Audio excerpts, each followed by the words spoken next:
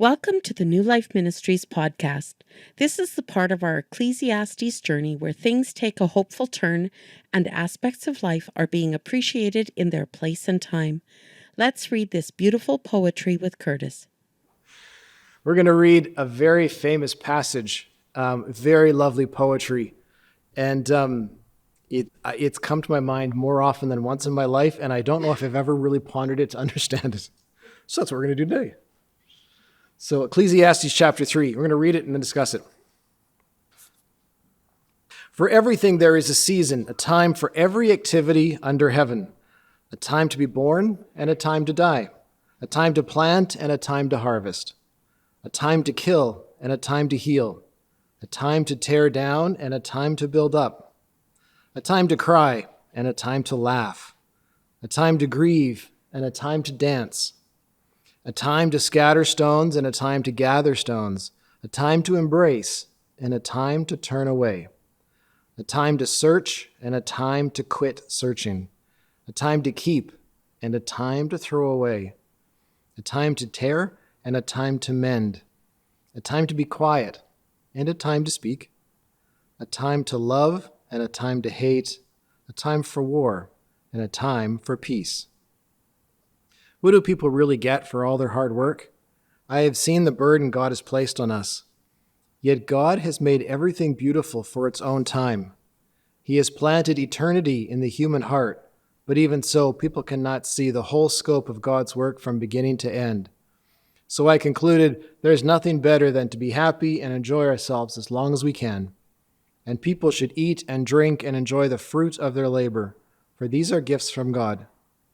And I know that whatever God does is final. Nothing can be added to it or taken from it. God's purpose is that people should fear him or revere him. What is happening now has happened before. What will happen in the future has happened before, because God makes the same things happen over and over again. I also noticed that under the sun there is evil in the courtroom. This sounds like it's going to jump off topic, but it's still on topic because it's talking about seasons and times. Yes, even the courts of law are corrupt. I said to myself, in due season, God will judge everyone, both good and bad, for all their deeds. I also thought about the human condition, how God proves to people that they are like animals. For people and animals share the same fate, both breathe and must die.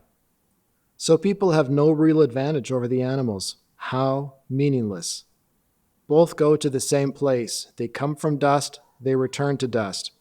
For who can prove that the human spirit goes up and the spirit of animals goes down into the earth? So I saw there is nothing better for people than to be happy in their work. That is our lot in life. No one can bring us back to see what happens after we die. Ecclesiastes. I've been enjoying pondering Ecclesiastes over the past couple of weeks, just as the truth that it wants us to understand sinks deeper and deeper into my mind. The freedom that we are not going to change history. We are not going to leave a legacy. What matters is to just tend faithfully to today and just to release all the stuff that we do or that I do that has to do with the long-term impact and just live in the now. And it comes by knowing, and for you as well, by knowing we are loved, we can trust God with our life, and then just do what's in front of you and don't fret about what might be coming or what might happen. So this passage focuses on time, the seasons of life. There is a time for each season of time, which I just think is a great sentence. And it sounds lovely, right? There's a time for every season of life, except it could be sinister because we don't want all of the seasons that are going to come into our life. And we like to control the seasons that we get. If we compare it to nature, seasons of time, we garden in the summer, not in winter. We plant in the spring, we harvest in the fall. Gardening goes well when we respect the season that we are in. If we plant our crops in the fall, they will die when winter hits. That would be not respecting the season we're in. It doesn't go well for us. And this passage is saying the same thing. You've got to respect the season of time God has put you in. And you might say, yes, but Curtis, we have greenhouses. We can control when we plant and we harvest. Yes, exactly. We try to get control of the seasons. That's what we do. If you have a greenhouse that runs in the winter, the cost of running a greenhouse in winter is very high. Like you spend a lot of money on fuel, and letting the greenhouse freeze in January helps kill harmful bugs. So as much as we think we're going to control things, it goes well when we just submit to the season that we are in. We have to respect, similarly, the seasons or the times that God puts in front of us and stop fighting it. To just stop fighting the season that we're in. So we're going to go through this list again of verses 1 to 8. And I just invite you to ponder, is there anything that catches your attention that you resist? Like that some phrase reminds you of something that's going on in your life and you don't want this phrase to apply to that thing. That you're resistant to hear about a season that you may have to accept. So there is a time to be born and a time to die, a time to plant and a time to harvest. And that can be literal, but it can also be metaphorical, because to be born and to plant is quite similar, to harvest and to die is quite similar. So there is a time to start something new, to begin a new phase. And there's a time to let something die, to finish the season that you're in. There's a time to kill. There is a time to heal, a time to tear down, and a time to build up. So there's time to stop, and to stop someone or to stop something, to discipline, to reprimand. And there's also time to heal and to bring healing and to restore. There's a time to cry and a time to laugh, a time to grieve and a time to dance. I really like this one. There's a time to cry, there's a time to grieve, and then there's time for that grieving to stop. And the reverse is also true. There's time to laugh and to dance, and then there's also time for it to stop so that there can be grieving and mourning. There's a time to scatter stones, there's a time to gather stones, a time to embrace and a time to turn away. One commentary said, this cultural framework on gathering and scattering stones has to do with productivity and wealth. There's a time to accumulate wealth, and there's a time to disperse wealth. There's a time to make money. It's good to make money, and there's time to get rid of money, and it's good to get rid of money. It's a time to search and a time to quit searching, a time to keep and a time to throw away, a time to tear and a time to mend, a time to be quiet and a time to speak, a time to love and a time to hate, a time for war and a time for peace. Not all war is bad always. Sometimes war is appropriate. My friend was telling me about vulnerable people. He was following the news on, I can't remember who the leader was, but they were going into places where there are vulnerable people just to see what's going on. And they realized where vulnerable people are, predators show up. And you've got to stop the predators. So a passage like this can challenge us to accept what is not natural for us or what's opposite to our normal way of thinking. We have things, values we hold on to and behaviors that we think will get us life. And we live out certain ways because we're convinced they're going to give us life. But remember, Ecclesiastes is trying to get us to remember life is fleeting and we don't have control of life and we're not going to gain long term. So we don't need to hold on to what we think will give us life or get us to gain life. You could also say it, our values and our priorities need to have less value than trusting Jesus and obeying God.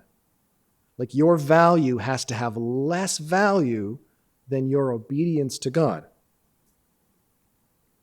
Just like planting in the wrong time of the year won't work, what works for you in one season of life might not fit the next season of life. So your values, if you hold on to them too hard, might be the wrong values in the season of life Jesus brings you into. So we can live out of joint, out of step with the season of life God wants us to be in. Imagine if you hate grieving and you hate crying and you think that's bad and you're a man, you never cry.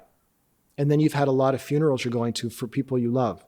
And so you're going to be at funerals, greeting relatives, laughing, giggling, always telling stories. Like there's a point where that's really bad and unhelpful.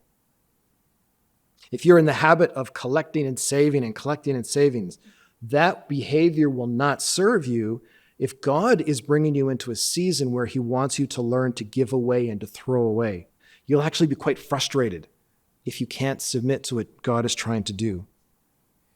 If your habit is to talk all the time, that's not going to serve you if Jesus is trying to teach you to listen and to be quiet. And if you are quiet and listen and quiet and listen and quiet and listen, that's not going to serve you if God is wanting you to learn to speak. We have to live in step with the season God is putting in front of us. And I wrote, part of the problem is a feeling that says something like, I'm not done with the season that I'm in. I still want to be in this season. That won't serve you if God is wanting you to move on. And if God is wanting you to move on and you have to let go of your behavior patterns or what you're doing, you may have a sense of, if I let go, all of this is going to fall apart. This is just all going to go wrong. That's not necessarily so. And in fact, if you hold on to what you're trying to control, you might end up doing harm if God is trying to get you here. And that's unsettling, but we are not in control of our season. We are not in control of the seasons. So I invite you, to listen to the quietness in your soul, to the whisper of God, and just to ask if there's something or to not just ask, but to pay attention. Is there some season that he wants you to move into, to start something, to let something go, or a change to your approach that you have to decide to participate in? So one of the lessons this passage wants us to understand is in verse 9. Because there's this question, all the different seasons in life, are they good? Is this good? Because one of the commentators said verse 1 to 8 is a protest. It's imprisonment. He's voicing out things that prevent him from getting the life that he wants. Because nobody wants a time to die. Nobody wants a time to grieve or a time to throw away. Nobody wants a time to quit searching. So there's a protest in this. I don't want these seasons. And so in verse 9, what do people really get for all their hard work, all of their striving, all of what we do to try to get control of what's going on? I have seen the burden God has placed on us all. We try so hard, and for all the work, what do we get? Nothing productive. We can't stop the season that's coming. We really can't get control of our life to get it to be what we want.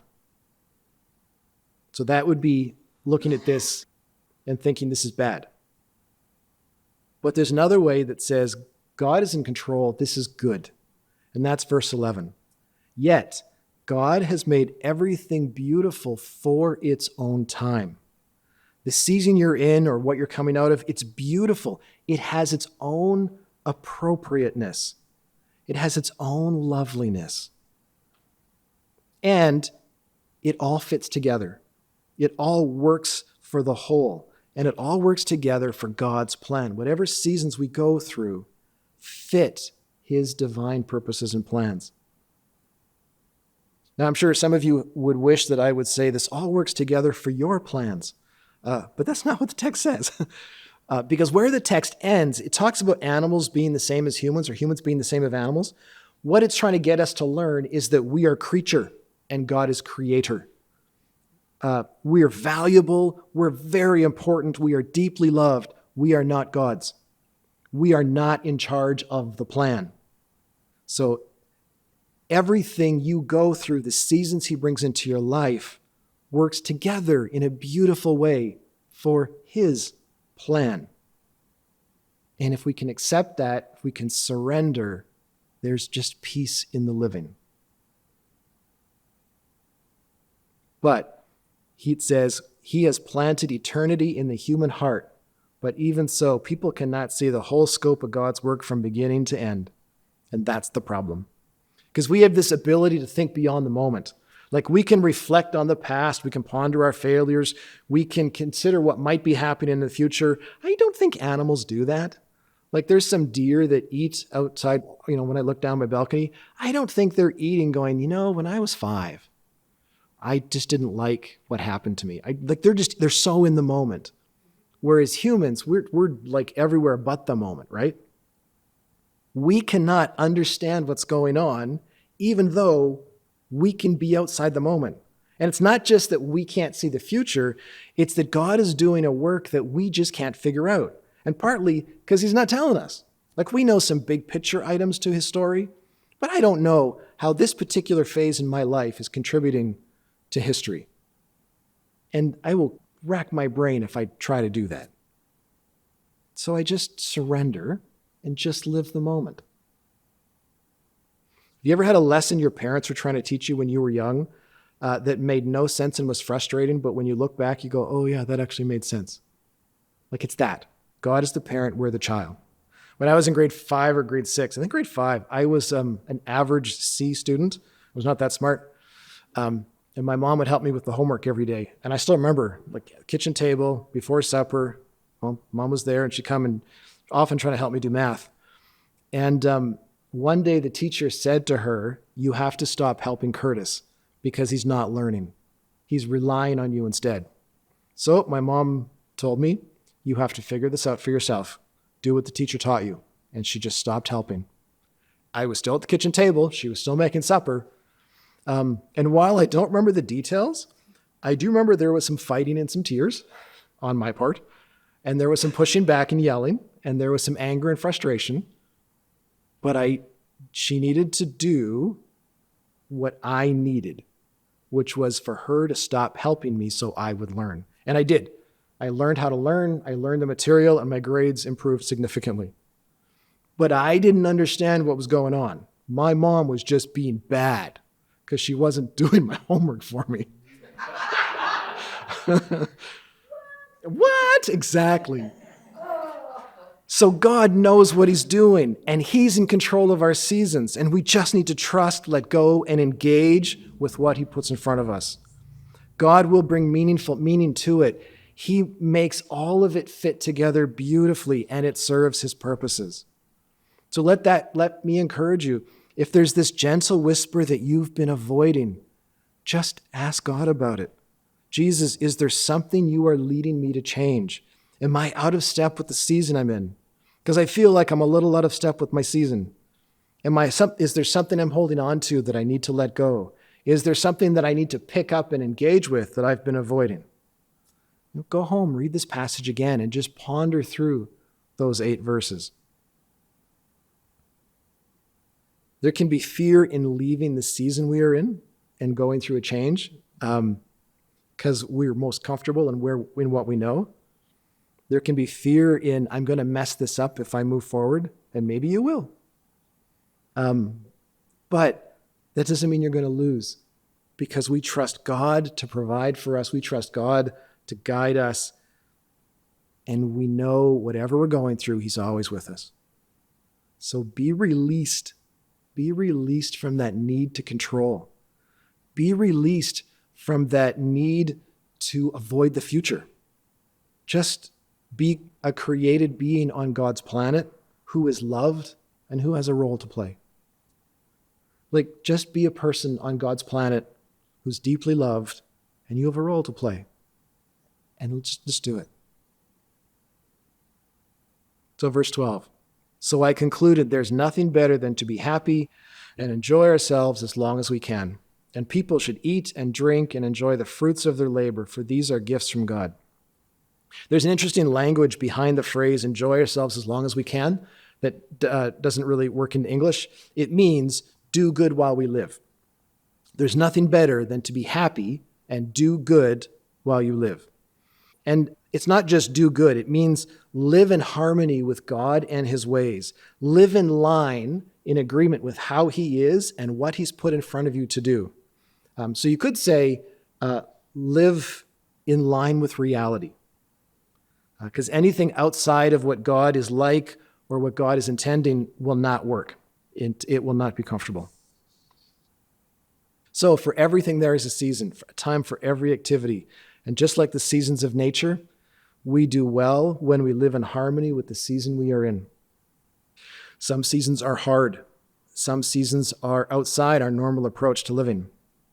But God has made everything beautiful in its own time. It all fits together for his plan, although we can't discern it. So be released from striving to keep control and just live life. God loves you and God is good. So maybe take time later today, again, go through this passage and just ponder these words and ask, is there a season you're holding on to? Is there a season you need to stop? Or is there a season you need to engage with? So what's catching your attention in this passage this morning? What questions does this leave you with? I read this verse, so I concluded there was nothing better than to be happy and enjoy ourselves as long as we can. I read it again, and then I read it again, and then I read it again. And I thought, this doesn't make sense that would be in the Bible. And then, right about then, Curtis explained the verse and reminded us that the English language isn't perfect and couldn't translate that exactly right. That didn't mean at all that was fact. And the other thing I noticed in verse 12, he says, I concluded. Well, he didn't conclude perhaps correctly, but he takes credit for that. But I concluded this. And sometimes when there's something written in the Bible, it doesn't mean that that's God's position, but that's what happened. So I found it helpful to see that meant something quite different. That it was about serving God, right? Yep. Yeah. That was what was worthwhile. So it's interesting, and sometimes we misinterpret something just because we're taking it completely literally in the English language, and that's why it's very helpful to have Curtis around to help us with some of that stuff, and I really appreciate it. Very good. Yeah, just the idea of seasons, and it is a beautiful passage. So if I make it, next year it'll be 30 years that I've been a physician, minus a couple of years off for having two beautiful kids and being at home. But in 30 years, you get the privilege of seeing seasons in people's lives, and then particularly for me, most dynamically in the context of HIV care.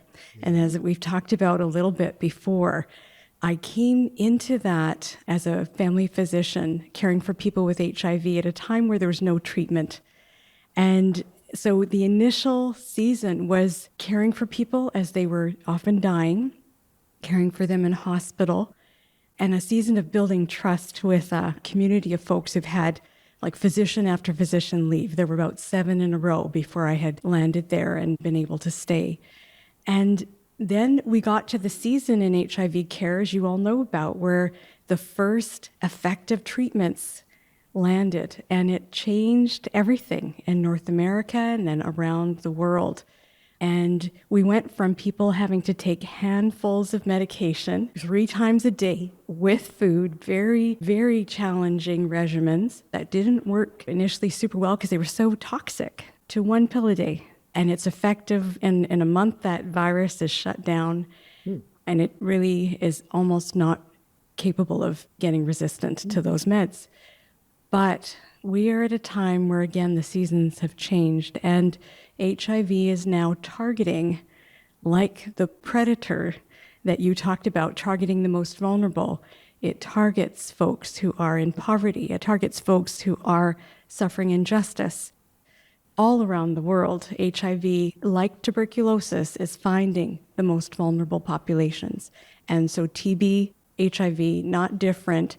Despite having treatments in the world that are effective, they are not reaching these folks in effective ways. So they are dying, unfortunately, in too large numbers in these most vulnerable groups.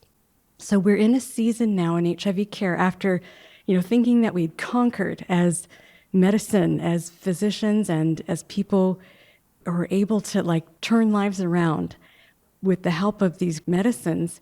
We are in a context where we are completely humbled.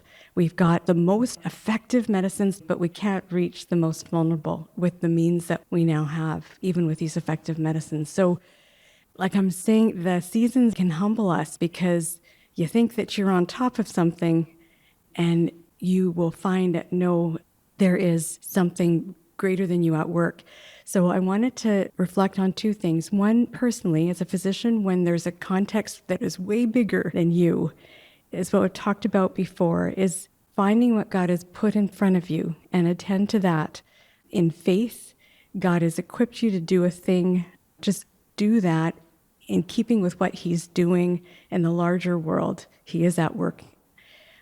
And then the second thing is to not be complacent. So in your discerning of what the thing is that you're to do, understand where the injustice lies and how the things that God is calling you to are likely going to address injustice in the world, because these are the things he's most concerned about. Where there's injustice, where there are the fatherless, the widow, those are the kind of things that he puts in front of us. Be very sensitive to that call. There's so much going on in the world, so much that we can't do. We're to be specific about what we can, just be really sensitive to God's heart in that call. Thanks for letting me work that out. I'm actually right in the middle of a slow motion pivot right now because I have been involved one way or another working with John School, now officially known as Prostitution Offender Program, for maybe 18 years. And I have been paid to do it and been leading for about 10. And I tell you, one of the weirdest things about this is not just that I am stopping, but because I put so much intentional work and thought into this program, it's hard to hand it over and step away. When there's something like this, I have to deliberately decide to stop. I don't flake off very easily.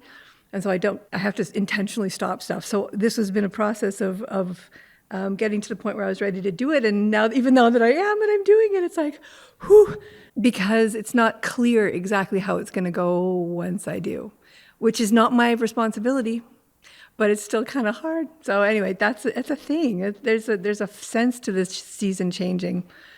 And you talk about sort of the pivots of seasons. You can feel it. I know I really was aware of it last year out you guys know that I'm in that big garden a lot, at least 4 days a week. And you could feel the seasons. Like you can feel right now, oh, it's muddy and wow, I got my first tick yesterday. But you can feel that the energy is starting to kind of accumulate. Okay, this is going to be fun. Here we go. And oh man, there's so much work. But when no one's going to eat anything out of that garden, unless it's chives, there's chives already, unless no one's going to eat anything out of that garden until at least 4 or 5 weeks from now, 6 maybe. It's going to be a while of work before then.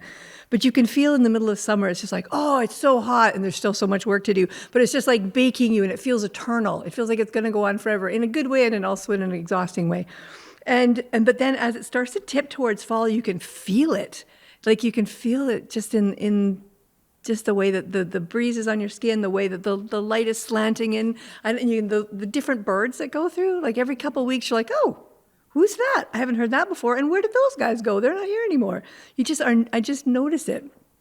You talk about seasons literally, and it's a good word picture about how it feels in our lives. Yeah. So, and it's a funny balance. It's maybe this is part of what growing up is about, is learning the balance between what is yours to do and to put all of your heart and your effort into, and what is yours to go with.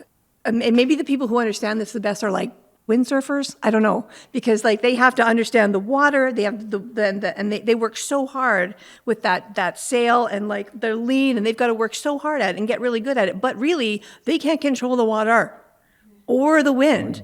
There's that balance between what's yours to do and do with all your heart, and not just be like, whatever, eat, drink, and be merry because tomorrow we die. It's not that. Ecclesiastes is not saying, oh, whatever, just screw it. That's not what it's saying. But it's that balance, which maybe you only get as you get older. So anyway. Very cool. The thought that kept rolling through my mind was of young children on a car trip, and when are we getting there? When is this going to end? Yeah. When is this going to change? We need something new to do. We're bored. Da, da, da, da. This seems so much like our reaction to life. God, when is this going to change? When is this going to end? Oh, we hit a good spot. Don't make this change. Just hang on to this. But we're not the driver. Comparing your worst memories of a car trip with your best memories of a car trip. Because generally when you are rebellious against what's happening going forward, things get really rocky. But when you're going along with the plans of the driver, you can enjoy yourself as you move along. It's kind of the feel that I get from Ecclesiastes. Stop trying to throw yourself against the walls. It doesn't make you go forward. I don't think I ever had a good road trip. I did not do well in cars. So, somehow I ended up on this topic with my daughter this week, which is not really surprising because unfairness is a very important topic in our household a lot of the time.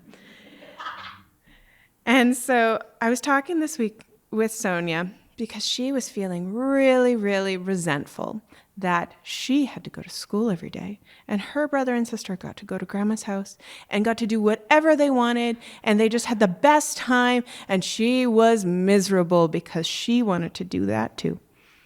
Well, she had left a season of coddling and of freedom and had entered a season of structure and growth, which is a horribly uncomfortable place to be. And we often, all of us, struggle with this same thing where we see other people doing stuff that we really want to do because they're in a different season than we are. Rainey and I have hit this a bunch of times in our marriage, and this is always actually the things that make our marriage hard was when we're in two different seasons. When we first got married, I was in university and he was working to support us. And it felt like we were constantly at odds because our loads were so different and our responsibilities were so different. Both of us were working to go in the same direction, but it just felt so unfair all the time. And then we did it again. We had kids and I was a stay-at-home and he was working, and it felt so unfair again. And it always came back to exactly the response that I was able to give my daughter this week, that she's been there and they'll be where she is soon. And right now she gets to do things she wasn't able to do when she was small and will never be able to do again. And so that is where we're at now. That's good. I like that. Hey, let me offer a prayer and we'll close with a song. Father, thank you Father, thank you and I praise you that you have all the pieces worked out and you fit everything together in a beautiful way according to your plan. That is beautiful. Father, thank you for the different stories people have shared that help us all to think about how to, pivot in a transition or how to embrace the world and the reality you are giving us, the season you are giving us. And I also appreciate that idea that Idalyn said that in the new seasons, we're humbled. We are again dependent and we are again leaning on you to navigate a season. So thank you. Thank you for what you are teaching us. And once again, thank you for the way this theme has danced through our whole time together. Your word always produces fruit, and your word always comes back to you in a full way. Thanks for today. Amen. Thank you for listening to our podcast today. New Life Ministries is located in Winnipeg, Manitoba. You are invited to join our service in person or over Zoom. Please use the Contact Us link to send an email to the church office and request the address or Zoom link. If you would like to use these podcasts as part of your home church or local church gathering, you are free to do so. We do request that you let us know. If there is any other way that we can help you in your ministry, please send us an email.